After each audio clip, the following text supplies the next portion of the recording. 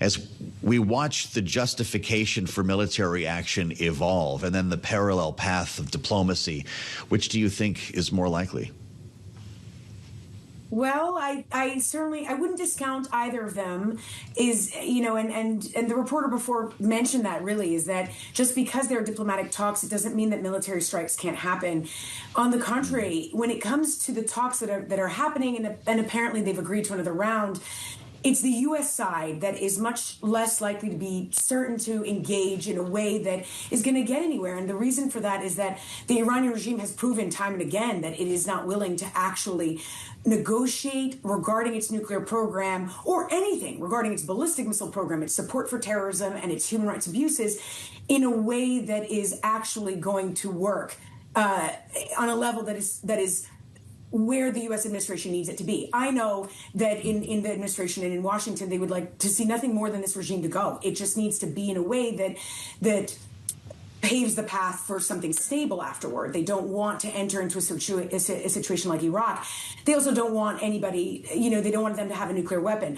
I don't love that the focus has become talk about the nuclear program. I think that's actually quite detrimental for a lot of reasons, mainly for the Iranian protesters. But that said, Trump has come out and said fundamentally, and this is fundamentally the issue for them, is if they appear to be rebuilding a nuclear program, if they appear to be intent on building a nuclear weapon, then that's really going to be the no-go for them. So I would expect some strikes. When or how is unclear, but it's clear to me that Armada is there for a reason, and also that if it doesn't happen now, and these talks fall apart, those strikes are likely to happen at some point in the future. Just as, by the way, I believe the regime is going to fall at some point in the future because it doesn't have an economic leg to stand on. Mm-hmm. Boy, that's really interesting. Where do the proxies come in with all of this, Hagar? Will we be getting Houthi attacks from Yemen if it appears that we're on the march to war? Probably, but you know, it won't be that different than what we've seen over the last 2 years. And this is why I'm a little bit confused by the pushback by the Gulf. You know, the Gulf leaders who really weighed in heavily to make this meeting happen. It was originally supposed to happen in Turkey.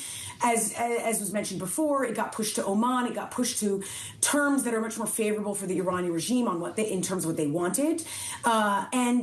And that's the Gulf leaders that really pushed the U.S. administration on that. And some of that is because the Gulf really prides itself on a general state of stability. And it's why they didn't like when Israel struck Doha, for example, right? They really view that as this is a bastion of stability in this region. This is what has led to our success. And so we don't want this kind of upheaval and instability. But the fact is that over the last 3 years, every time you've had ramp up or tensions that have increased or actual kinetic action, the fact is it's always been very limited. These are limited military operations. There have been threats. The U.S. has very successfully pushed back or prevented those threats or protected against them. And by the way, this comes at a time when the Iranian regime has never been weaker. We and the Israelis literally own their skies. They have no defense missile capabilities anymore. And they also have, if their nuclear program hasn't been obliterated, a large chunk of it has been destroyed. And so to speak as though the regime is in any way in a position of strength, I find very disturbing, and we should certainly not let the regime feel that way. But I do understand the argument that whatever we do in Iran, that we want to make sure that if the regime collapses, that the IRGC doesn't take over, because then it would be markedly worse. And I understand that argument, and I do think that that's something that's manageable. But that's where I see, when I hear that talk, I'm not as worried about those threats. They've come up. We've managed them before. Now would be no different. You know, we're hearing from Jennifer Griffin at Fox that Iran says the talks lasted 8 hours. Hagar, is that encouraging? And why haven't we heard a readout from the U.S. side?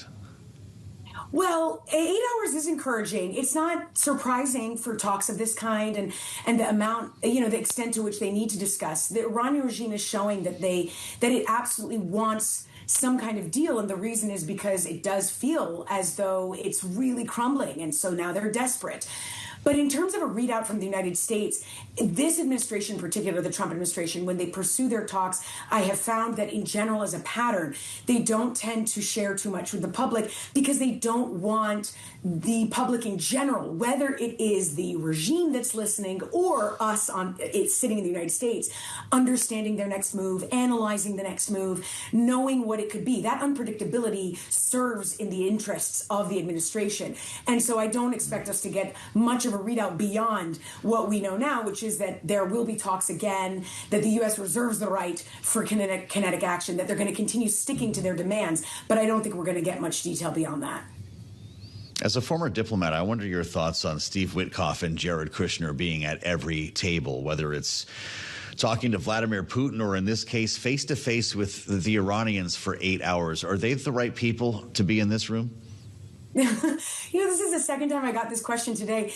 The thing is, it's not really my place to decide whether or not they're right or wrong. The fact is that President Trump really depends on them and has given them this mandate, and Steve Witkoff in particular, right? I mean, Steve Witkoff is officially with the administration as a special envoy and has already brokered deals. I mean, the Israel-Gaza one with Jared Kushner, of course, is a success. However you want to look at it, the war ended and the hostages were released. So they were able to achieve success there. They were not able to achieve success yet, at least, on Russia-Ukraine, and actually made some missteps there that Secretary Rubio had to kind of clean up and fix. And so it remains to be seen what they're going to be able to achieve on this one. I will tell you that this corner of the world, understanding the regime, its history, how it came to power, what its foreign policy objectives are, and that it is a regime that will never change its foreign policy objectives.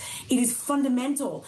Pursuing terrorism and its nuclear program is fundamental to the regime's existence. Why? Because when it came to power in 1979, it came to power arguing that they needed to fight the West and the quote-unquote oppressor, and that Islam was the way to do it. And that is why the way they fashion their support for terrorism, their Islamic extremism, their oppression is literally fundamental to their existence.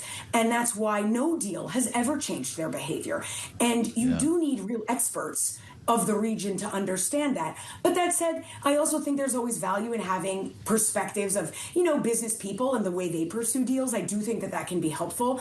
At the end of the day, it's, Trump is definitely, he has a lot of faith in Witkoff and has had that faith over the last year or so in these deals. So it'll remain to be seen, but I really don't think it's them alone anyway. Yeah. I don't mean to sound too old-fashioned, Hagar, but I'm just wondering if there's anything left of the old Olympic truce. Opening ceremonies are taking place today. Doesn't that call for a halting of hostilities around the world for the next couple of weeks?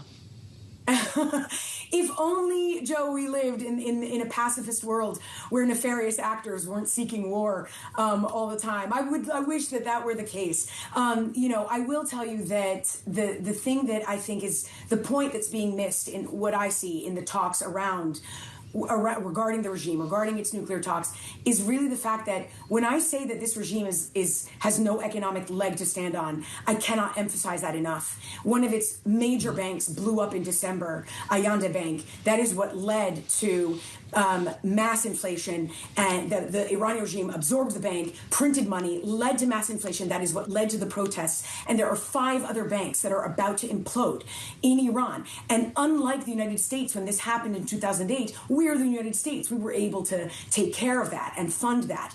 Iran can't.